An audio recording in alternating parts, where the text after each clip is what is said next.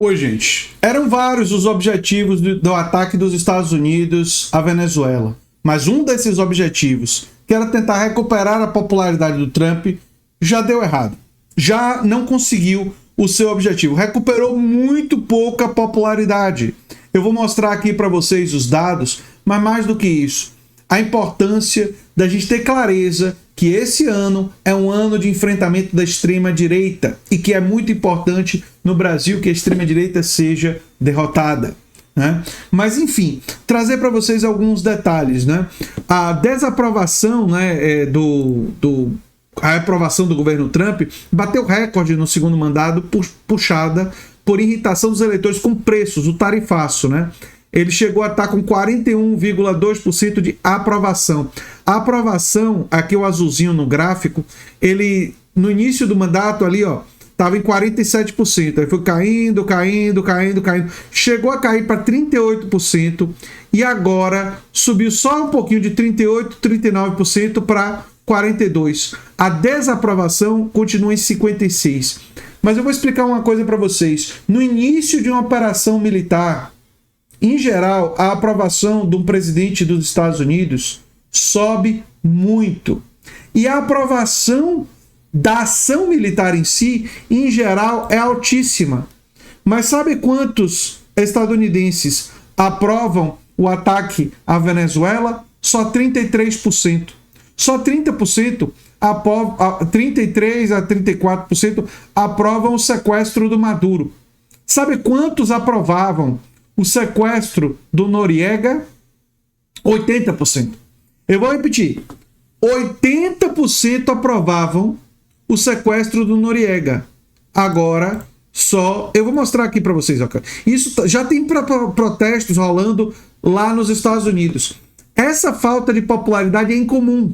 Não é normal uma operação como essa ser impopular inicialmente. Isso está na CNN. E está correto o que eles estão dizendo aqui. Eles estão baseados em números.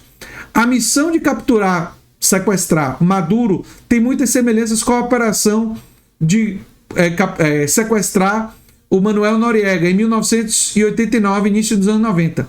Mas aí, ó, 8 em cada 10 estadunidenses aprovavam a missão.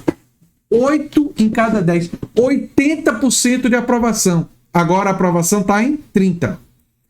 Eles também eram a favor da invasão de Granada, a invasão de Afeganistão e do Iraque. Elas tendem a perder popularidade com o passar do tempo, mortes, violência, complexidade e tudo mais. Mas no início, em geral, tem muita aprovação.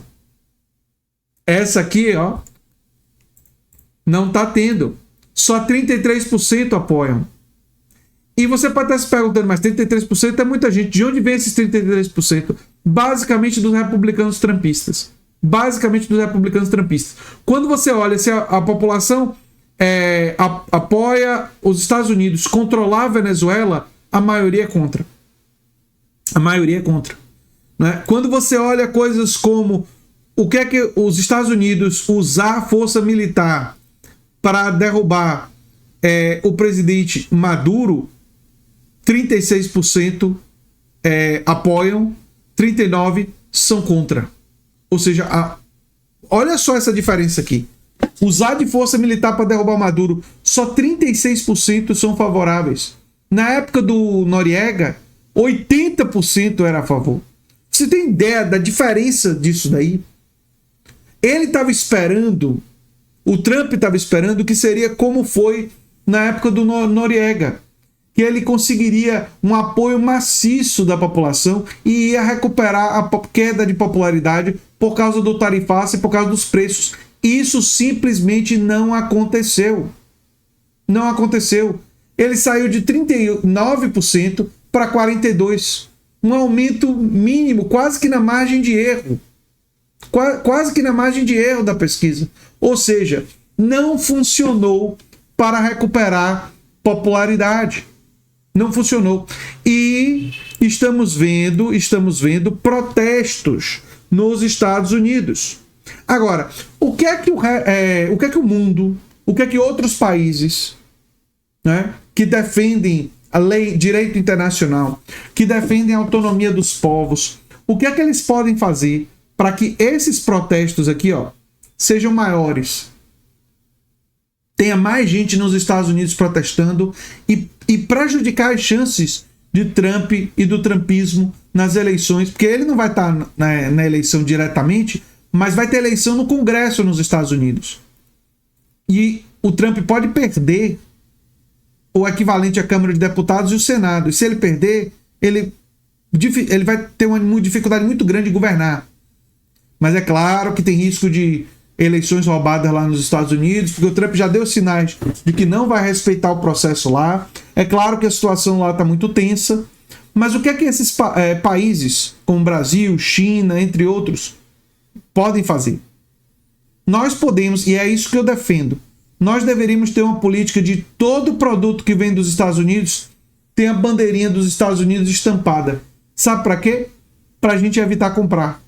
Para a gente não comprar esses produtos. Teriam, claro, os bolsonaristas que têm espírito de submissão servil ao império, né, dos Estados Unidos, que iriam querer comprar. Mas a maioria dos brasileiros e a maioria das pessoas espalhadas pelo mundo iriam fazer esse boicote. E a gente poderia prejudicar a economia estadunidense. E ao prejudicar a economia estadunidense, a população fica ainda mais revoltada com aquele que está produzindo esse ódio aos Estados Unidos. E é muito importante a gente diferenciar. A minha crítica é, fundamentalmente, a crítica nossa deve ser ao governo dos Estados Unidos. Mas a gente não deve confundir o governo atual dos Estados Unidos com toda a população estadunidense. Só apoiam isso, essa atitude, só apoiam isso uma minoria fanatizada, trampista, que está numa seita, que inclusive, se você olha os números, né? Se você olha os números aqui, ó, o número de pessoas defendendo isso antes, né? Antes, aqui, ó, antes do ataque, eram só 16 a 18%. Aqui, ó, antes do ataque, a maioria dos americanos são contra usar força para derrubar o Maduro. Só 18% defendiam isso. 53% fortemente contra isso. Por quê? Isso mudou. Por que foi para 30%? 36%. Por quê? Porque tem gente lá que está numa seita. Que quando o Trump fez, eles vão defender. E a gente sabe dessa seita porque tem seita de extrema-direita aqui no Brasil.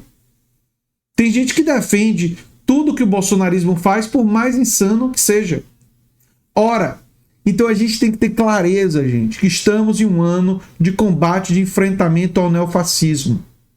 E é fundamental derrotá-lo. No Brasil, a sugestão que eu dou para vocês é o seguinte: se você quer fazer um voto mais à esquerda, procure um deputado federal, um deputado estadual mais ligado à classe trabalhadora e que tenha chance de ser eleito, buscando fortalecer ali um partido mais de esquerda nessa eleição. No que tange o governo e o Senado e a presidência, temos que pensar estrategicamente em derrotar a extrema-direita, influenciando sim, puxando sim a nossa coligação mais para a esquerda, com propostas, com ideias, mas tendo clareza que derrotar a extrema-direita é uma exigência civilizatória. E é isso que eu tinha para dizer sobre esse assunto. Eu sou André Teixeira Jacobina, o canal é a Nova Máquina do Tempo. E se você gosta do que a gente faz, se inscreve, dá um like, compartilha, quem sabe vira membro ou apoiador, quem sabe faz um dos nossos cursos, ou manda um pix para andretj@terra.com.br. O curso, como entrar no mestrado ou doutorado, está na fase final aí de inscrições. Quem puder se inscrever, eu agradeço. Um abração e até o próximo vídeo, gente. Tchau, tchau.